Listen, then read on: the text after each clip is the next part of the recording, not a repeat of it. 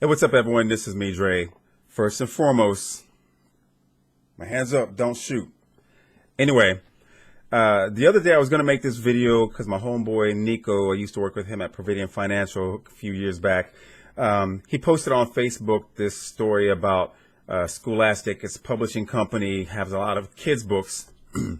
And one of the books that they're putting out is a birthday called Happy Birthday, George Washington. Now, this story is about a chef or a cook in George Washington's kitchen during his time. And the story depicts happy slaves trying to scurry about their way, trying to bake a cake as a happy occasion for George Washington. Now, initially when I read about this, it pissed me off, and it still got me kind of irked, primarily because I'm sick and tired of these publishing companies wanting to try to romanticize or glorify slavery as though that was some happy shit for black people. Similar to Merriam's, the publishing company, when they tried to publish new history books about the slave trade from Africa to America. They tried to say that basically slaves, they didn't call them slaves, they called them workers. Let's keep in mind, workers have the option of going to the job or not going to the job.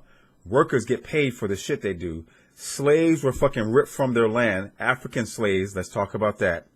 African slaves were ripped from their land, ripped from their families, forced to take on a new culture, a new religion, a new god.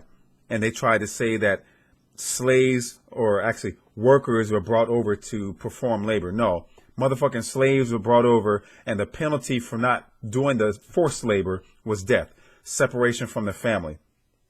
But now you have Scholastic trying to say black people were happy working in the kitchens during the times of the Revolutionary War and trying to fight for independence for this country, all the while blacks were still out in the fields picking cotton out in the hot ass sun. That's one of the main reasons, as I mentioned on another video, why I don't fuck with this 4th of July. I don't celebrate that day at all. I want my kids to enjoy it because they enjoy the fireworks.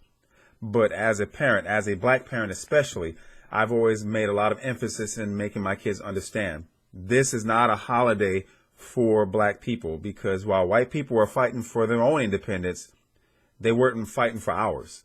And yes, in this day and age, I am a free man.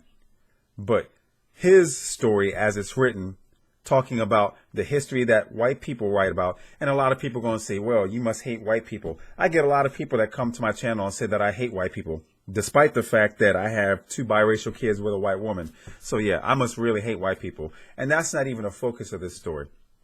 This video is about the bullshit with publishing companies and how they try to downplay slavery, because that was some serious shit. So luckily, and I was, my friend Nico, he posted another link, News One from TV One. They reported a story that Scholastic is actually halting the publication or the distribution of this book. And I want to kind of give a kudos to them, but at the same time, I want to also tell Scholastic to kiss my black ass, because there should have never been a consideration to put out a book about romanticizing slavery as though that was some happy shit for us, because it wasn't. And unless you've ever been a slave, and I can't say that I've been a slave, but I know someone in my ancestry, someone in my lineage has come from a slave background. So for me to want to give something like this to my child and make it seem like that was some good shit, I'll never do that. And I would never endorse any person to give this kind of book to their kids.